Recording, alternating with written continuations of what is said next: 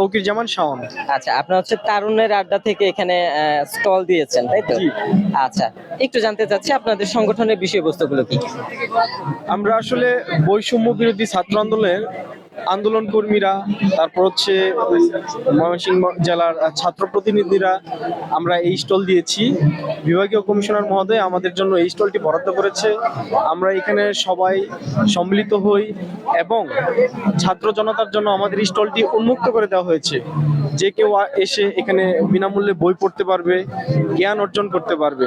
তার জন্য এই স্টলটি মূলত দেওয়া আমাদের। আচ্ছা, যেহেতু মোটামুটি 8 দিন যাবত, আজকে হচ্ছে চতুর্থ দিন, তাই তো?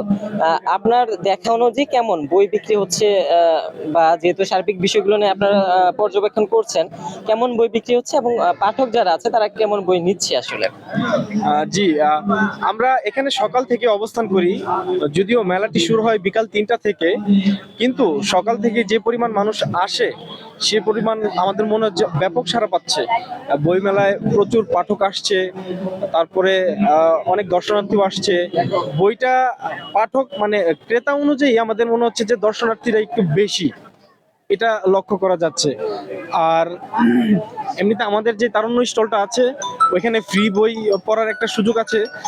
তাই ওইখানে আমাদের তারুণ্যর স্টলটাতেই মানুষ বেশি সমবেত হচ্ছে ফ্রিতে বই পড়ার জন্য। আচ্ছা, ময়মনসিংহে এই ধরনের মানে উদ্যোগ আরো নেওয়া হোক, সেটা অনেকের সাথে কথা বলা অনেকেই চাচ্ছে। আপনার দৃষ্টিকোণে কি? অবশ্যই, কারণ হচ্ছে এই আন্দোলন পূর্ববর্তী সময়ে এবং পরবর্তী সময়ে আমাদের স্কুল কলেজের ছাত্রছাত্রীরা বই থেকে কিছুটা বিচ্যুত।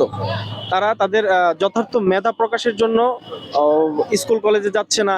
এমন বইমেলা যদি বছরে বা 6 মাস পর পর প্রত্যেক জেলায় যদি অনুষ্ঠিত হয়, তাহলে আশা করি প্রত্যেকেই সবার মেধা বিকাশের জন্য বইয়ের সাথে জড়িত হইতে পারবে এবং অভিভাবকরাও অনুপ্রাণিত হবে তার সন্তানকে পাঠ্য বইয়ের সাথে সংযুক্তি না করতে পারলেও বইমেলায় নিয়ে আসলে বিভিন্ন কবির সাথে পরিচয় করাইতে পারবে, ইতিহাস সম্পর্কে জানাইতে পারবে।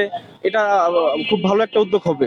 আপনাদের তারুণ্যের আড্ডা থেকে কি মেসেজ দিতে চান যারা হচ্ছে নতুন বই প্রেমী হচ্ছে, বা নতুন প্রজন্ম যারা, তাদের আসলে কি মেসেজ দিতে চাচ্ছেন? আচ্ছা, আসলে বই হচ্ছে এমন একটি অধ্যায় মানুষের জীবনে, একটা ভালো বই 100 বছর তাকে এগিয়ে নিয়ে যেতে পারে। আমাদের তারুণ্যের আড্ডা থেকে এইটাই বার্তা থাকবে, আপনারা বইমেলায় আসুন, বই পড়ুন, অন্যকে বই উপহার দিন। ঠিক আছে, ধন্যবাদ। ধন্যবাদ আপনাকে।